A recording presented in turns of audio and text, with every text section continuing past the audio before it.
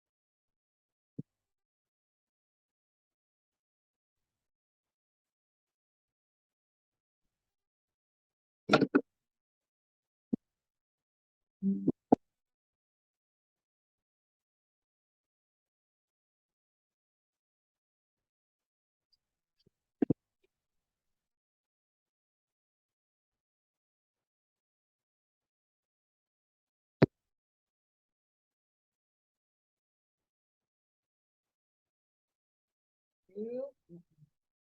I can see you. Can you hear me? Yeah, I can't hear you. Are you on your phone or computer?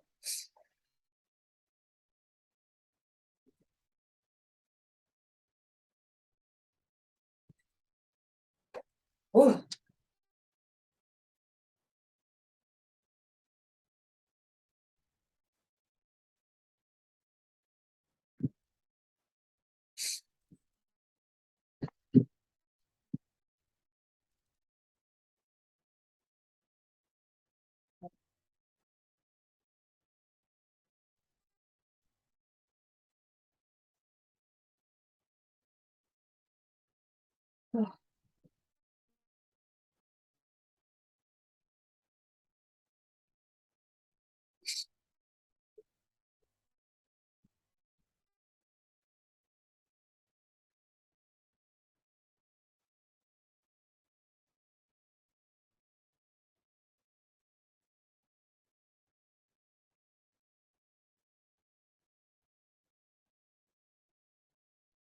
I'll wait another minute or two.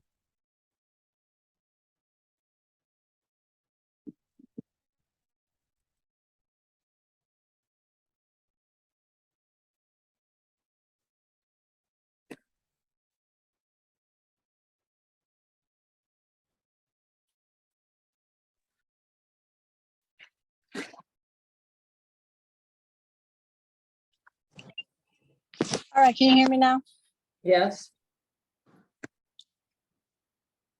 Are you in a car? I am.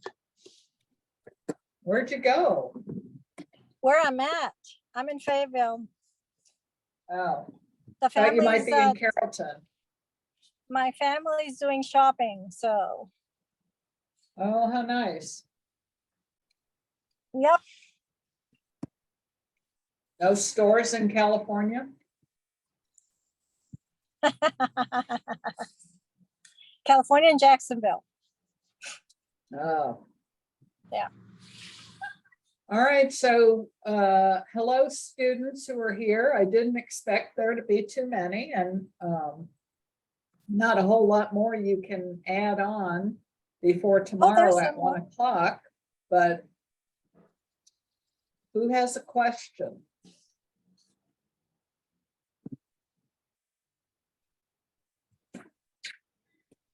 Go ahead, Kimberly.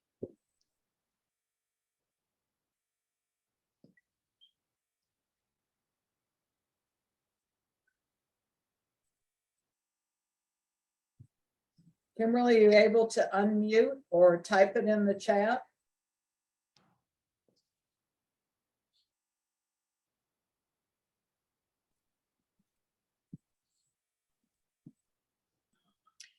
Sorry, it's long. Okay. Are you able to unmute? Let me make it wider. That's weird.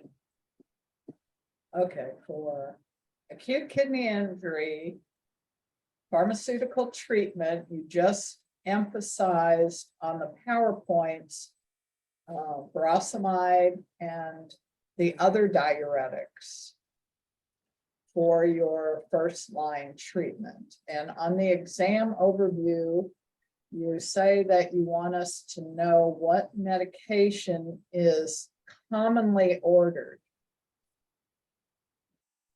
I think what I meant with elimination was, I put 2 medications on there, spironolactone and erythropoietin. So you do need to know those 2, and then the commonly ordered would be the diuretics, like the loop diuretics.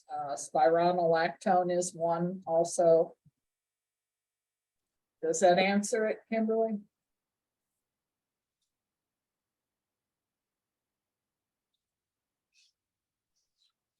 Okay, good deal. Okay. All right. Who else? Somebody's got to have. Where is Cameron? She always has a question. I'm Oh, here. Kimberly has 2 other questions. And she's All been right, go kind of ahead. quiet over the holiday.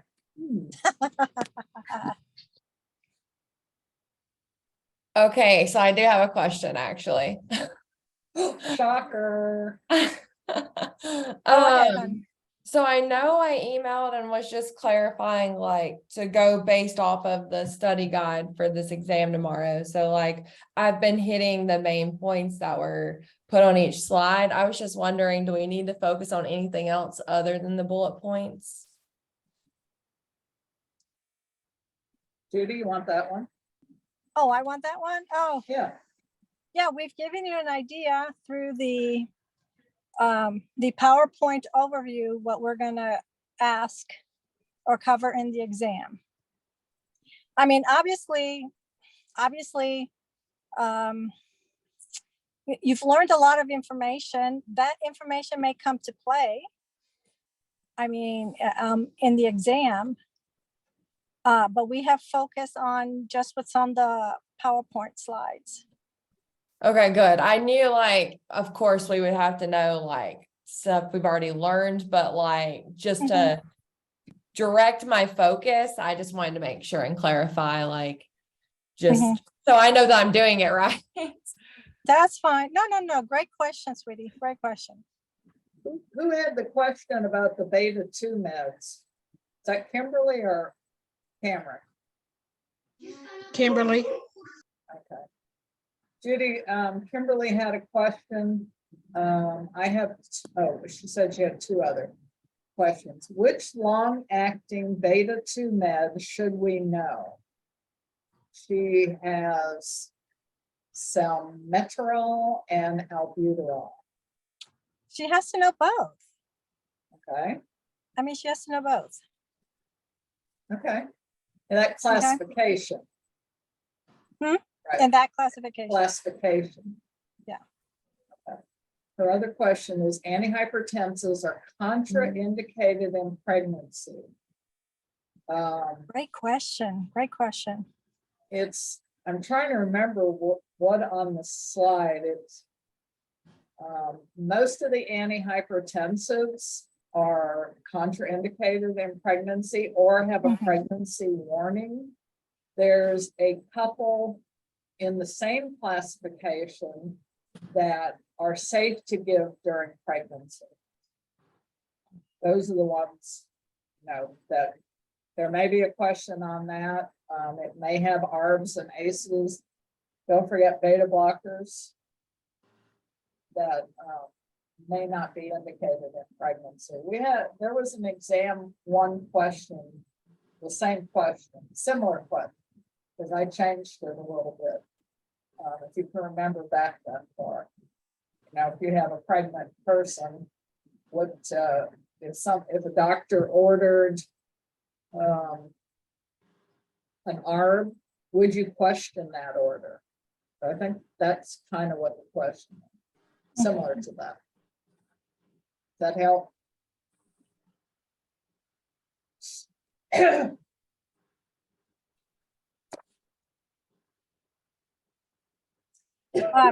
Kimberly, once I get home, because I'm out, I will look up, and if there's anything else I need to add, I will send an email out. How about that? How about your questions?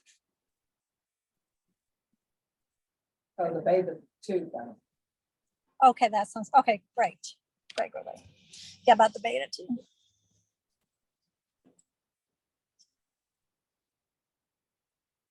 All right, You're Karen, do welcome. you have another one? I have a question. Okay. Hi, Tyler. Go ahead. Is beta blockers used in pregnancy or no?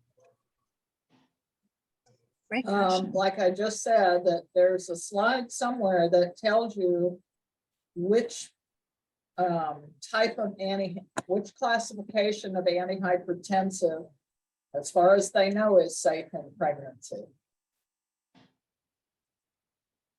And it is definitely on the slide when I talk about one particular type classification of antihypertensive. No, it's not beta blocker. So the calcium channel blockers are the best for pregnancy. Okay, so then Google. Google. Okay, Did you say Google? yeah. That's Well, right, yeah. she So said I'm looking at Google because Okay. I'm trying to understand because it says that the drugs most commonly used are some that we didn't really talk about. Okay. Like, And so it says like the top three. One is methyl-dopa. Apparently that's like the first line, and we didn't talk about that one. And Yeah. then for the beta blockers, it has labetalol, and we didn't talk about that one. And then the Right. other one is nifedipine. And the slides are just a little bit confusing in regards to which one's safe or not. Yeah. Is So there that's why I any went to Google. information- I'm I sorry. know is there any there's a slide on, Hey, I'm sorry, Judy, you said something? I was gonna say, refer also to Leahy, our farm book, and see if there is some information about that. And there is a slide on hydralazine. What classification is hydralazine? Isn't it like a nitrate? It's similar in the same class. It's a vasodilator. So like, I was confused on the drug card, which made sense because it was under that, but it said hypertensive crisis. So I was thinking hypertensive Oh. crisis because it said pregnancy with it. So I was Yes, like, that, like when you get, what's that horrible thing they get when their blood pressure? Eclampsia. preeclampsia. I was just Preeclampsia and confused. eclampsia. I was just confused because like, I thought a hypertensive crisis was way worse than like, hyper like tensive or hypertension. So I was comparing it to like the worst case. Oh, okay. Well, if they have eclampsia, that's a hypertensive emergency. And I know you haven't had OB, but I know I talked about in class that hydralazine can be used PRN while they're in the hospital. If they do have a high blood pressure goes up, it can be given IV, and also it's safe in pregnancy. So like, could you use it when someone just has hypertension and pregnant? And You could. It depends on there's a lot of potential risks to using the other classifications of antihypertensive, and so they may not be the first choice when the blood pressure starts going up. I'm not saying any of those classifications can absolutely not be used in pregnancy, but they have to, the benefits of giving it have to outweigh the risks of giving it to a pregnant person. And it depends on history Right. of that patient as well. So there's just a lot of factors to determine. so is there like one more that is safe in pregnancy use, since that one's a hypertensive crisis medication for pregnancy? It can be used even when the blood pressure starts going up, it doesn't have to be in crisis mode. Gotcha. That classification is what? What classification is hydralazine? A vasodilator. Right, and I think on the slide, it lists some more vasodilators you may or may not see. Okay, so that would be the section of the drugs that we need to know for safe in pregnancy. Yes, Okay, I mean, even the beta blockers, which they say are mostly safe, there's still a risk of developing. I forgot what it is, but it was in the answer to the question rationale. So there is a reason to hesitate, but again, like Professor Rubalcaba said, it's just depends on the patient's history, how high the blood pressure is, you know, how fast you need to get it down, etc.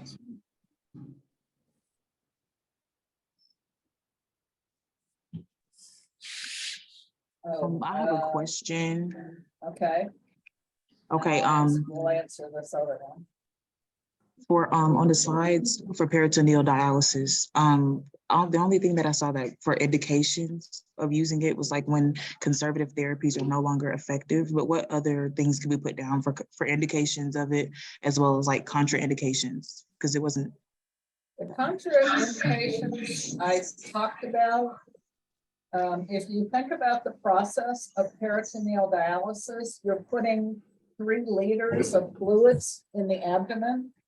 What's that going, how is that, or does it affect breathing?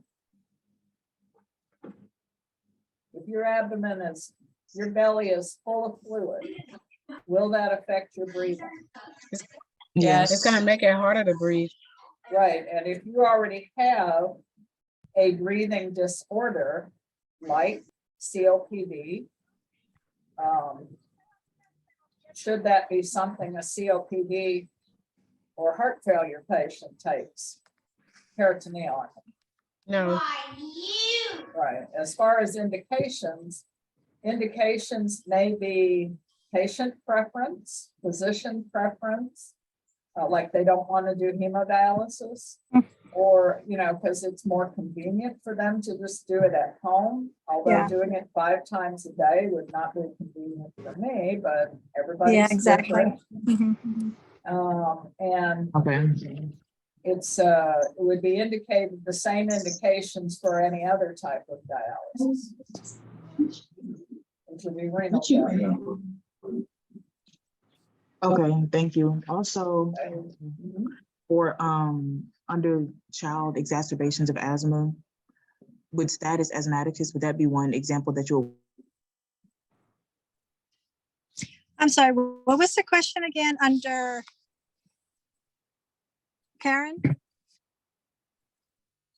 Can you repeat the question?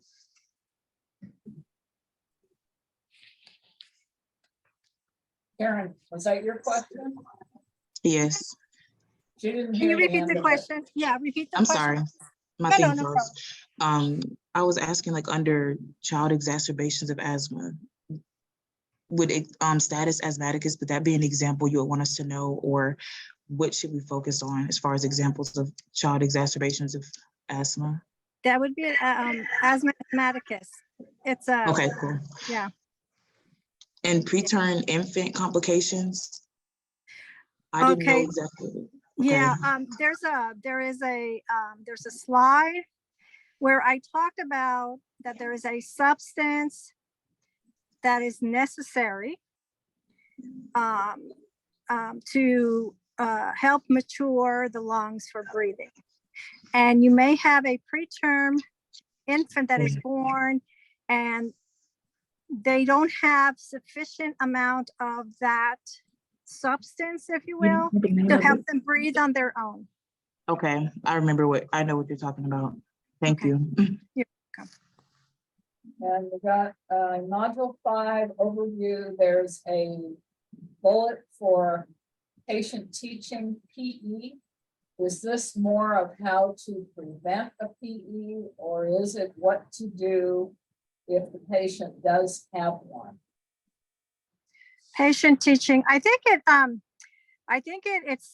it kind of like it's for both, because obviously when we get the patient in the hospital and they already, well, if they've had surgery, we're doing preventative care, right? And preventative teaching. How do you prevent a PE or a DVT or whatever?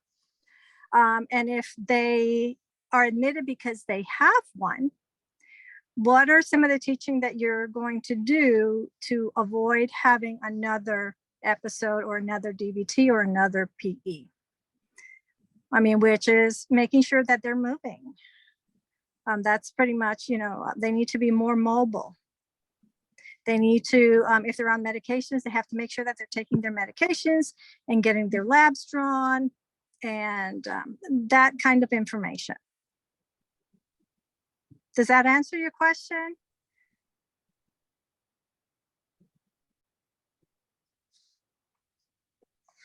Yes. Okay.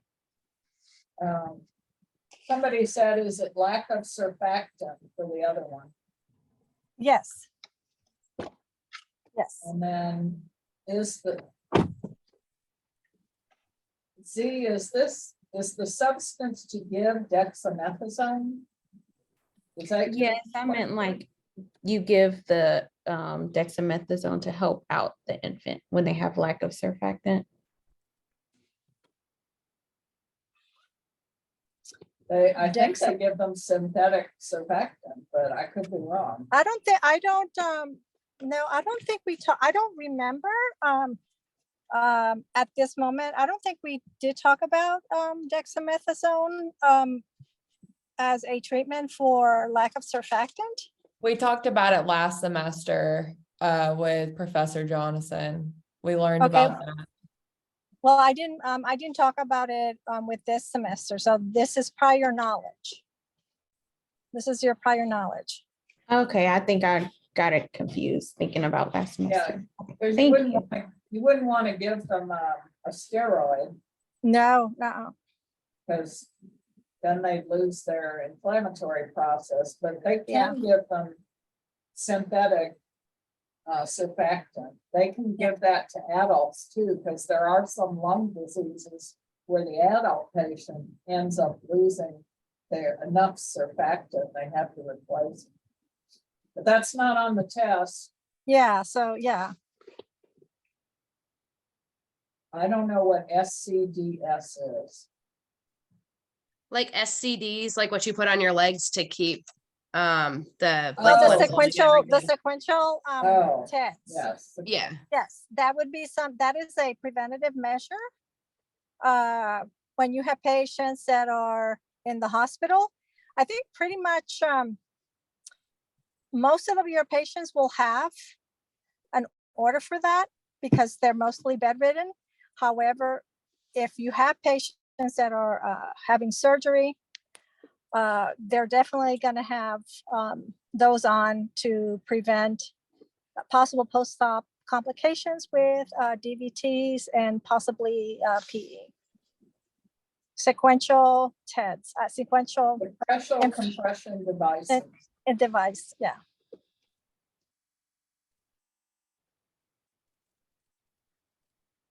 I have a question. For heart failure, it said medications prescribed for heart failure by type of action. Yes. I know digoxin is one. I was just wondering, like, what other ones you wanted us to Well, I focus think on. I put on the slide, it's more than one slide, that they, Doing this trying on. medications that decrease, you want to increase the oxygenation and you want to decrease the cardiac workload. How you decrease the cardiac workload is you may give them something to reduce preload. Like diuretics. True, yes. To reduce afterload, which would be your antihypertensives, or to increase contractility, which digoxin does. It increases the inotrope, and the other inotropic drugs will do that also. Okay, that makes sense. I was just I was, I guess, kind of confused about the wording, because I was like, I Okay. remember that we have, like, of course, medications to help with heart failure, but I was specifically thinking like specific for heart failure, I guess. I would think reducing the fluid volume would be the fastest thing to do. Yes. Which means give them diuretics. But then if you're hypertensive, you really got to reduce the blood pressure and the afterload also. Thank you. You're welcome. I'm looking at this thing about spironolactone. Give it with renal failure. And spironolactone is what? Is that a potassium sparing Yes. diuretic? It's just, you would just have to watch and see what happens to their potassium level.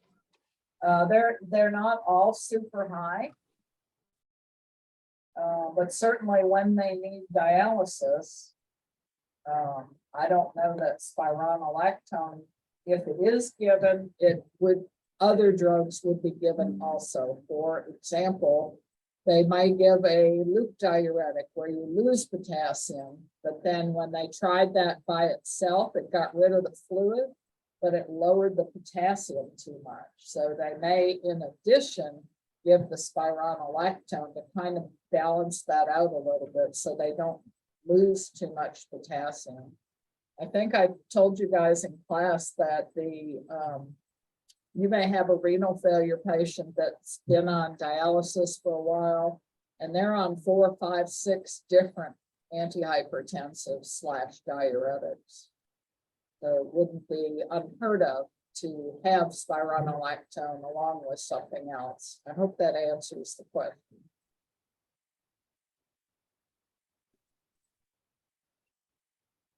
That was from TC.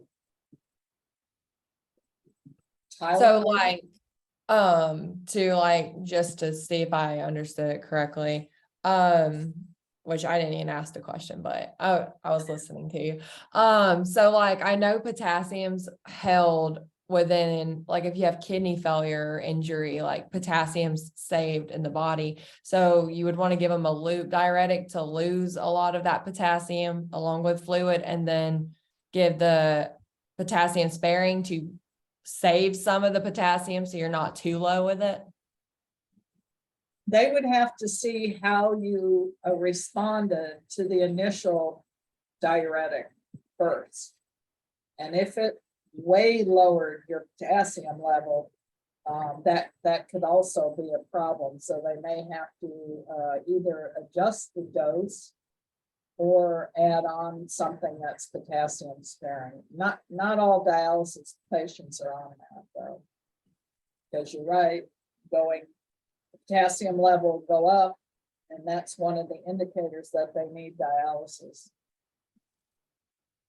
I gotcha.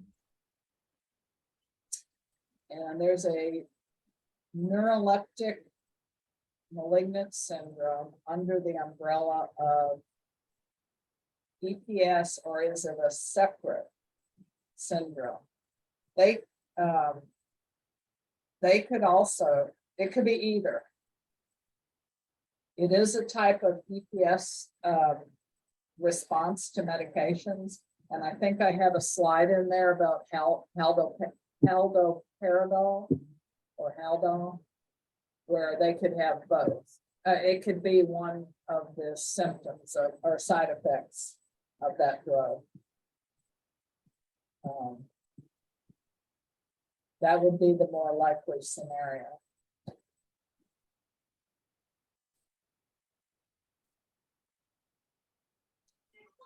So you're saying that neuroleptic malignant syndrome could be one of the extrapyramidal? Yes, Okay, side effects, okay. Make sure. you could just have that by itself, or it could be partnered in with the other EPS. Others, got you, makes sense. What do we need to know about dementia? Judy? I wrote down, what is dementia? What are the differences between dementia and delirium? What are risk factors? And what are some nursing priorities? What's the number one patient priority with somebody that is not in their right mind? Safety. Yep. Yay. Yep. Great response.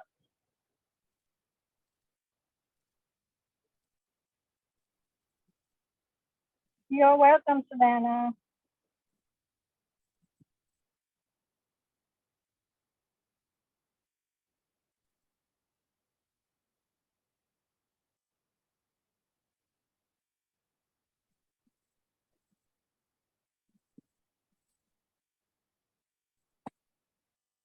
Any other questions?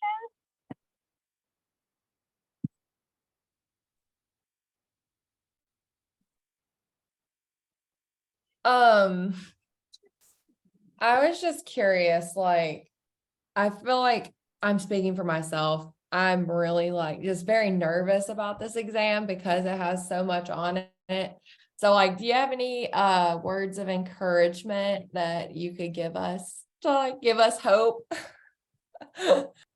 Well, remember that you've been tested on this material already. And we have not changed the like wording of the questions from what you saw on exam 1, 2, and 3, although 1 was a shocker to you. It's still the same wording was on 2 and 3. And there are similar questions that you've probably seen before. Yeah. One thing though, very important, and I said this from exam 1, is that you have to read the question and you need to know what is the question and asking.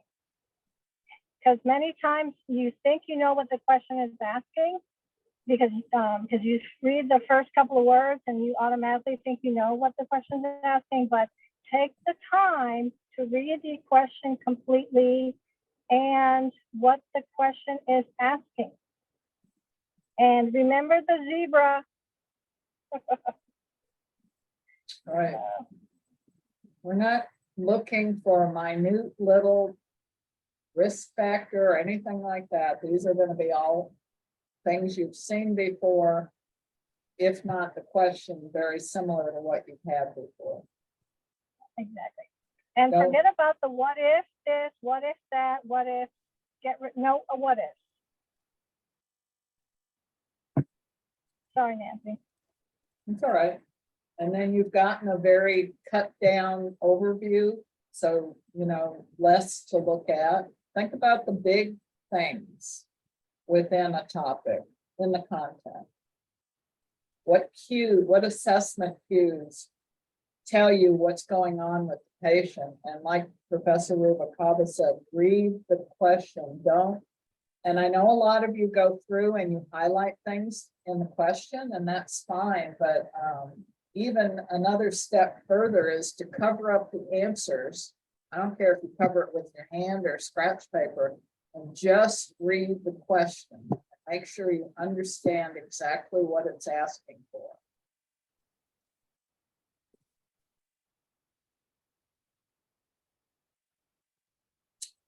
Let's see, what exactly do we need to know about COPD meds? Just what we would give or do? We need to know the adverse reactions, contraindications, etc.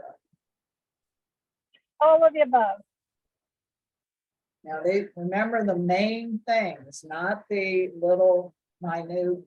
Exactly.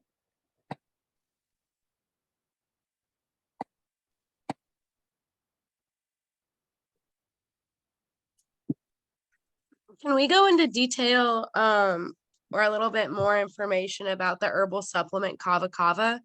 I don't recall seeing that on an exam. Is that more you want us to know the drugs that we wouldn't give it with, or something specific about kava kava? I mentioned kava kava. It was one of those that was not on the list, and I mentioned it in lecture. And so the important thing is the important thing is about their interaction with other medications. So you would need to know about kava kava.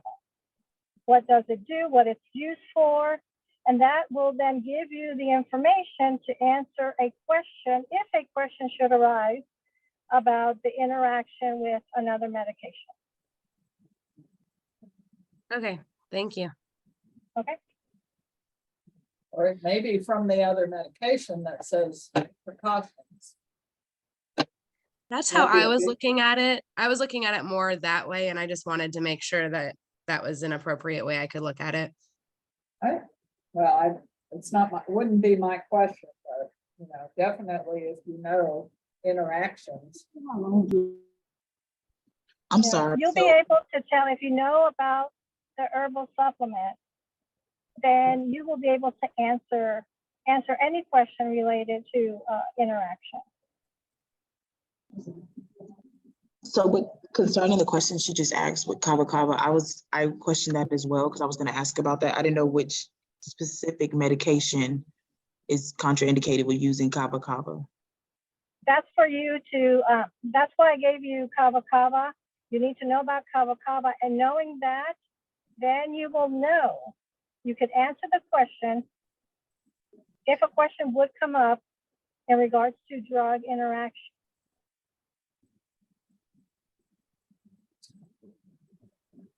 Answer it. I can answer that question. So in my notes, I have that kava kava is a contradiction when our patients are taking benzodiazepines because it increases sedation. Thank you so much. That was You're very welcome. helpful. You're welcome. And a lot of the herbals, they may have a mild side effect of something like, say, sedation, but then when you pair it with a prescription drug, you know, how much does it increase that effect? So on the elimination slide, it has laboratory indications for dialysis. So you want us to know what we should be looking for when they are receiving dialysis, like the cues of, you know, if it's going well or not well, or, Yeah, what labs do you monitor for any dialysis patient? okay, all right, got you. Nothing tricky. What, just like any other renal failure patient. Would the labs be BUN and creatinine And, and GFR? and. The mentioned this a while electrolytes? ago. Electrolytes? Yes, especially which one? Potassium? Yep. Good job. I got a question here in EPS. Should we stop the drug and notify the provider since some of the EPS have laryngeal spasms and airway problems? I know for NMS, not good on short. That's neuro Muscle leptic malignant syndrome. the syndrome. Yes, ma'am. Yes, because if it's affecting their airway or breathing, that would definitely be something, and there are antidotes for it. So yes. Anything that's going to affect airway or breathing. You saying there's an antidote for the NMS? Yes. Thought it was on the slide. All right. Won't ask you what that is, okay? But there is an antidote.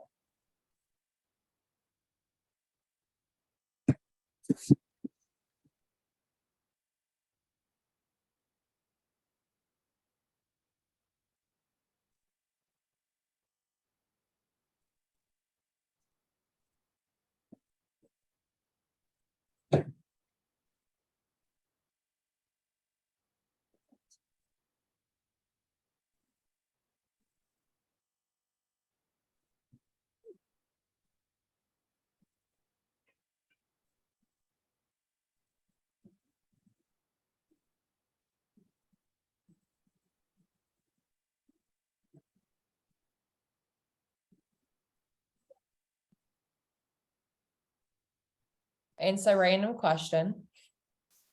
Okay. With left-sided heart failure, is that what causes pulmonary edema?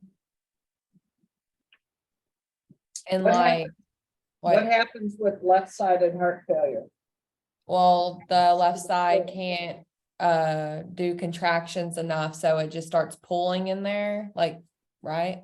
Right, when it backs up in the left ventricle, It's gonna go That to the gets- lungs, right? correct, And so like with pulmonary hypertension though, that's what can cause right-sided heart failure.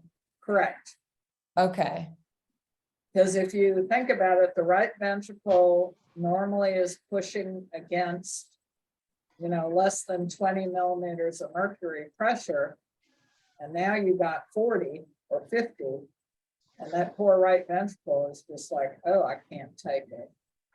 Even though it's the same process with the left ventricle, but that's why the left ventricle is bigger, because the pressure it has to push out against to the systemic circulation is much higher than that.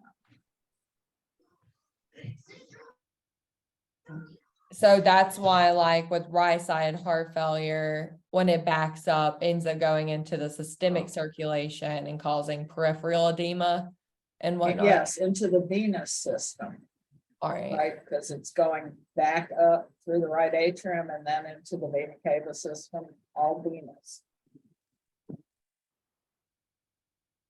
I just wanted to make sure I was not getting them mixed up.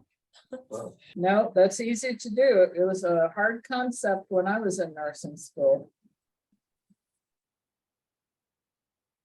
But you guys got it well. I mean, maybe you learned something in somewhere. Health assessment, maybe, or Patho-Pharm 1. Because when I So- asked you guys about it, you seemed to understand what it was, which is good. So one more question about heart failure. So like the pathophysiology that you wanted of left sided heart failure and then right side heart failure, is that what you were kind of looking for? Like the signs and symptoms of what you can see the differences in?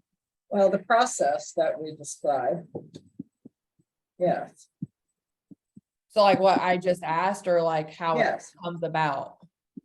how it comes about. Okay, The backup on the right side or the left side, and you can have both. Which okay. one are you going to see more rapidly happen? Left, right? Correct. And don't like, if you have left side heart failure, it can actually lead to right sided heart failure. Eventually it will, because Okay, everything keeps backing up. I gotcha. But right side heart failure, can that really lead to left sided? I think it can, again, with that extra fluid that's in the venous system, the heart still has to work hard to get fluid moved around the body. So eventually it could also. It's just more common with left sided leading to right sided. Yeah, left heart failure is much more common than right. Alrighty. Or somebody nicely wrote in here, the antidote for EPS is benztropine. I know it's on the slides. Yeah, it's on your slide. Thank you. Is that gonna be on the exam? Or No, I did you said say it no. wasn't? All right, See, that would be a hard question. What are some of the withdrawal symptoms of first generation and second generation antipsychotics? I'm trying to remember. They really don't have a high. Are they the ones that now my notes are in my office at work?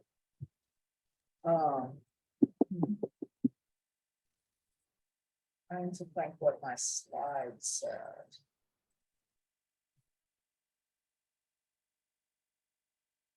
They don't really develop much of a tolerance or dependence on it. I mean, they could, but not like some of the other classifications of drugs. I'm trying to look it up.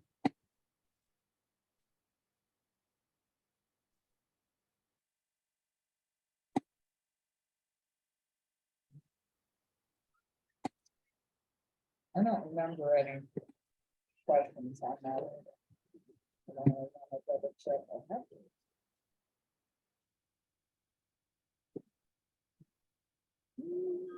I have a question. Okay, Will there be any questions with or about or with ABGs, the arterial blood gases, like having to solve any of them?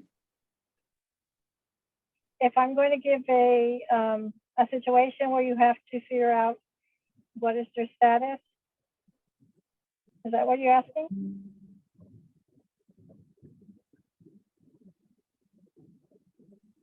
You said what? Like, I'm sorry. yeah, like if you give us any values and you're gonna ask for us to go through them and figure Right. it out, No, name what it No, is. there's not, no, because you've had that in an exam, and I think you've had that in Paso Farm 1. Yeah, I just remember it You've was had it before. like what Yeah. we did go over it this semester as well. So I just was asking. Yeah. I would have put it on the overview for the final.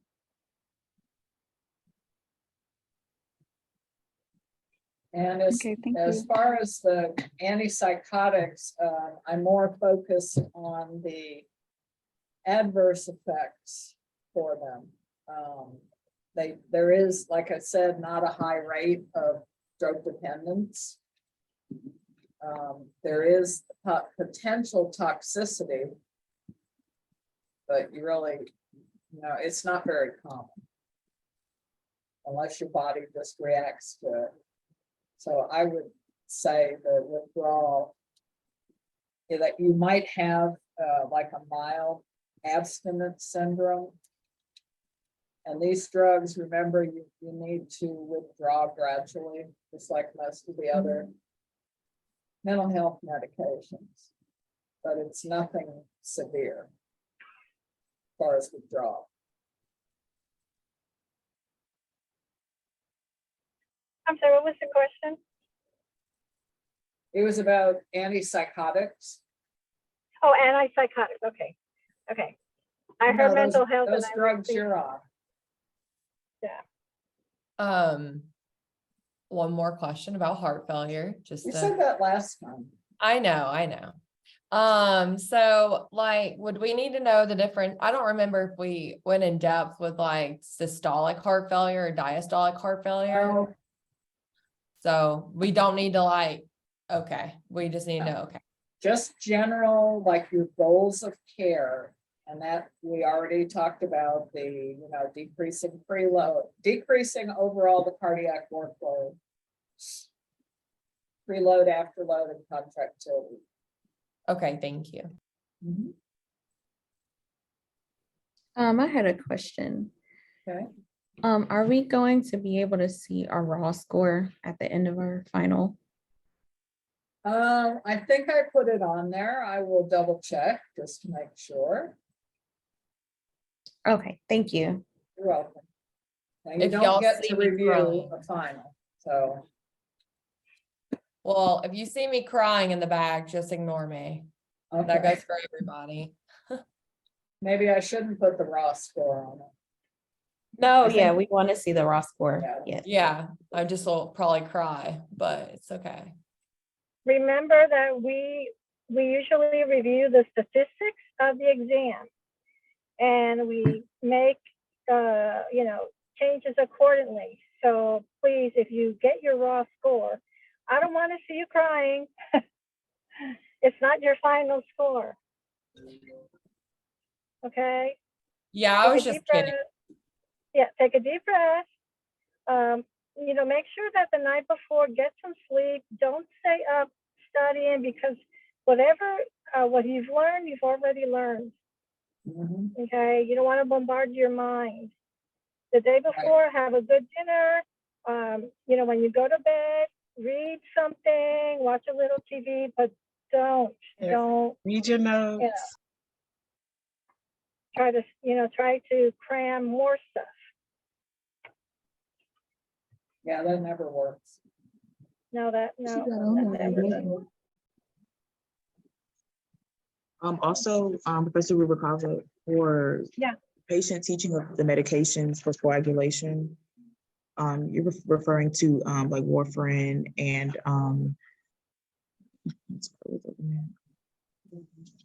heparin and those Yeah, those medications. were the, yeah, those are the, Okay. the medications that we discussed. Yeah, and coagulation, yes. Okay.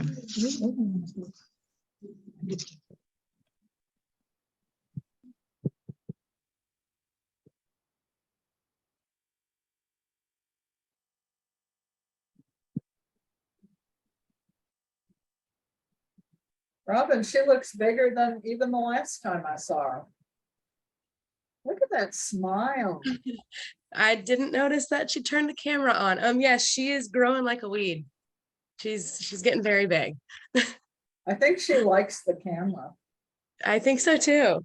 This is how she talks to her daddy a lot when he's out of town. So yeah, she Oh, likes it.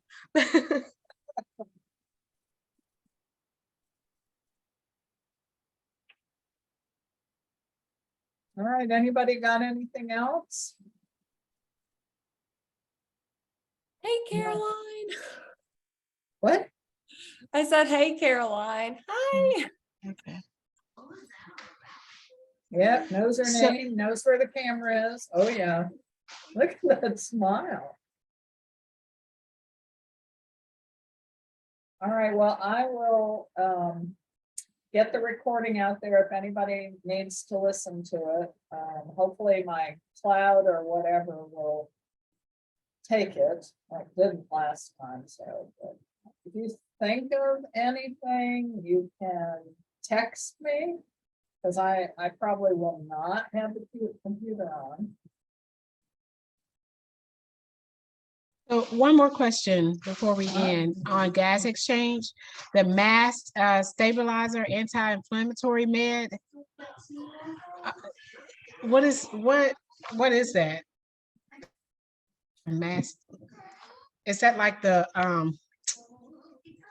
For the mast cell, the mass stabilizer anti-inflammatory med? That's somebody was put listed in as a their book. cromulin. Cromulin. Ah, yeah, okay.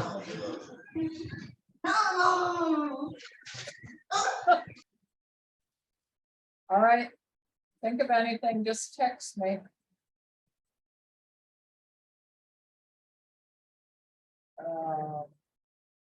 Judy, did you get that?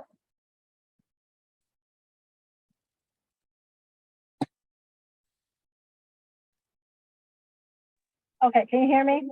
Yeah. There's a, yeah, their cromulin is very important, especially with children. It's an important medication for children, and we talked about that. Is it for asthma or is For it asthma. for COPD too? It's mostly for asthma. Alrighty. You guys know this stuff. I know it's overwhelming, but you guys are really, you guys are smart. You know this stuff. Give Yeah, yourself some credit, you know. That's right. Give yourself some credit. Give yourself some credit. All right, and again, if you have any other questions, you can text me as well or email me. Okay? Oh, I and think one there's thing I one more want, question in the chat too. Hold About on. Did I the, miss it? I don't think you answered it. Unless I'm. Oh, what didn't are hear. signs of perfusion improvement? Like, isn't it like bilateral pulses are stronger? They're not Right, narrowed think about anymore. what you assess in a client related to perfusion. And I know I've asked this in lab too. What are you looking for? You're looking at, you guys tell me, Warm skin, right? like pulse, Strong regular. pulses. regular blood pressure. fingers, capillary refill. Right, all those things. So when your perfusion is bad, what are some things, what else can you look for? You check if you're looking if the skin color has improved, maybe they were confused and now they're not. What's the number one thing that tells you that perfusion is improving? And it happens rather quickly. I talked about it. Urinary output? Urinary output. Give her a cigar. Yes. I had a question mark behind it. Don't worry. I wasn't confident. Okay. Yeah, because when you go into a shock-like state and your perfusion is low, where does the blood go to? You remember that, right? It doesn't go to the kidneys. So when that perfusion improves and your fluid volume is improved, one of the first places it's going to go is back to the kidney. And that means what? You have urine output.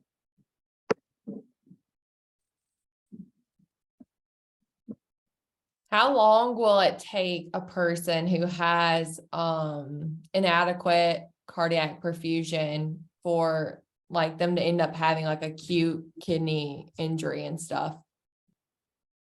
I can't remember the time limit on it. It's certainly like any other organ.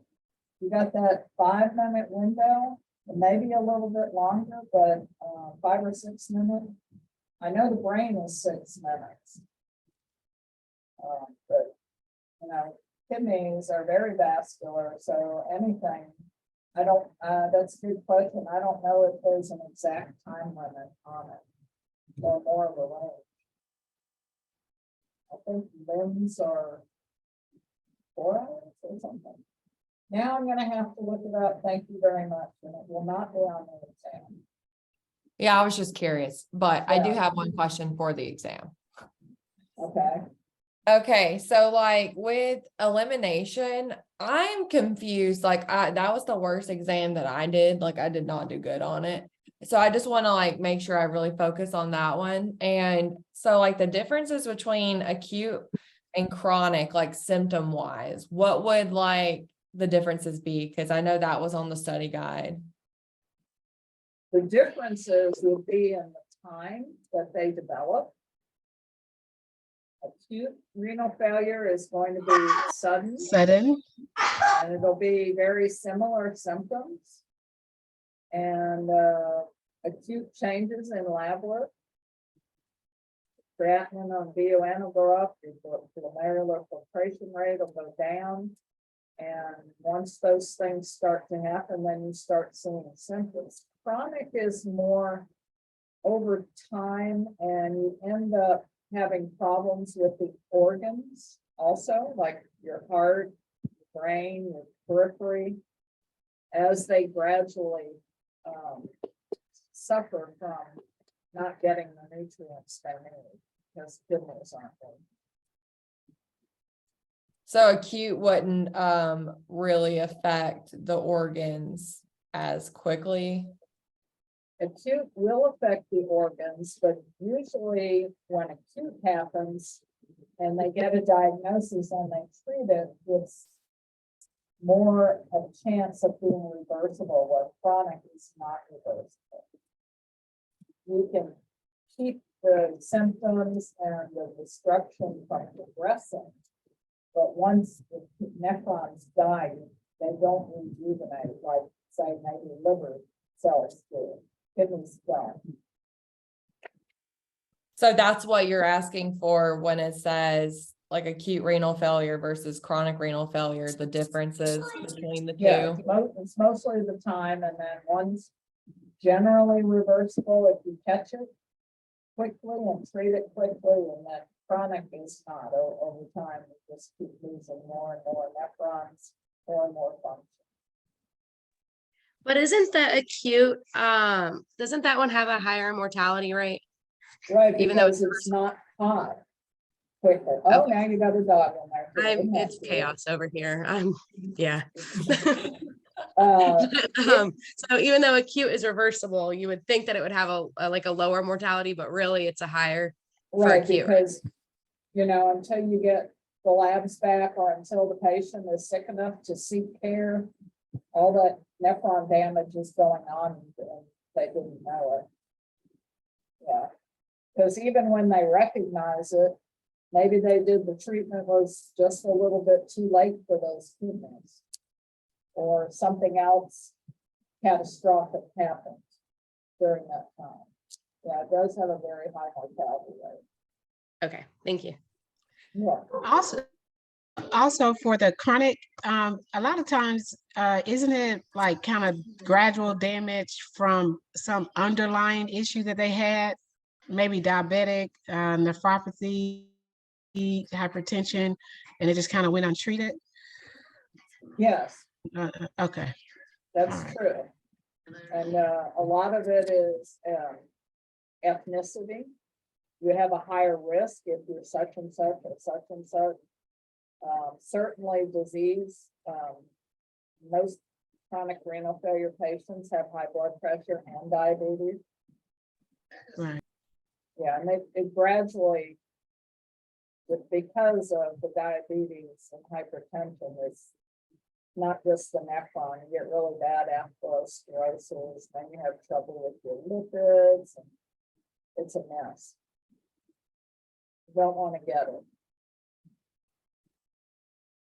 So can you go over the lab indications for dialysis, please? Somebody did Like, that already. well, I got on late, so I kind of What are you missed. looking at with renal function? Which So like lab? the BUN, creatinine, Yeah, stuff like that. yeah, and what else? That's a good question. Potassium. Oh yeah, Potassium is potassium. one, good. Would What you look for about- the other electrolytes and fluid imbalances and like, Right, fluid and electrolyte Acidosis. imbalances, particularly potassium, but don't forget about the GFR. okay, so like those are all GFR and indications to have dialysis though? Yes, when it gets to certain levels, the nephrologist, you know, maybe they tried medications first. Not if it's acute, I'm talking about chronic. Acute, you just have to have dialysis, period. So that episode or whatever caused it is gone, but chronic, they're gonna give you medications to hopefully slow the progression, but if your labs still keep deteriorating, then eventually you're gonna have to have dialysis. And one of the things they look at is the renal function tests, and you have to look at the serum potassium. Because kidneys won't get rid of the potassium because they're holding on to the sodium in the water.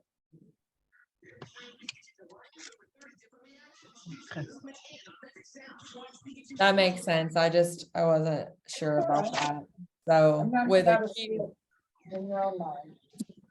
with like acute, you're gonna have like most likely someone's gonna go on dialysis, but with Right. chronic, they're gonna try to do everything they can to prevent it since they have more time to stop the progression or Before slow the dialysis. progression. And acute, you pretty much don't have that time to fiddle around with medications and lifestyle changes and stuff. You have to immediately go to dialysis. Hopefully, it's a temporary situation.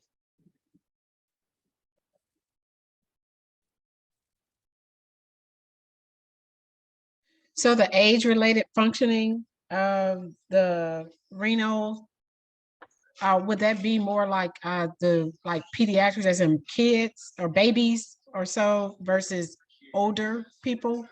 Yeah, the older and the very, very young and the very, very old, they don't have as many nephrons functioning, nor are the nephrons they have at their full potential. For the older person, it just degrades over time. And for the younger person, the kidneys are not mature. So the same thing happens, but kind of for different reasons. The big thing as a nurse with these patients is that any medication that's potentially nephrotoxic, you try to stay away from.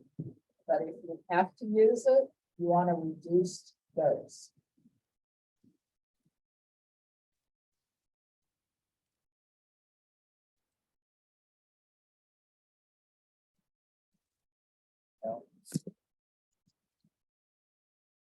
All right, the cat and I are ready to go. If you think of something else, please text me. I'll be watching to see if there's anything on there I can answer. Thank you. All right, Thank you. see you tomorrow. I'll bring chocolate. I don't know. All right, get some sleep and a good meal in the morning.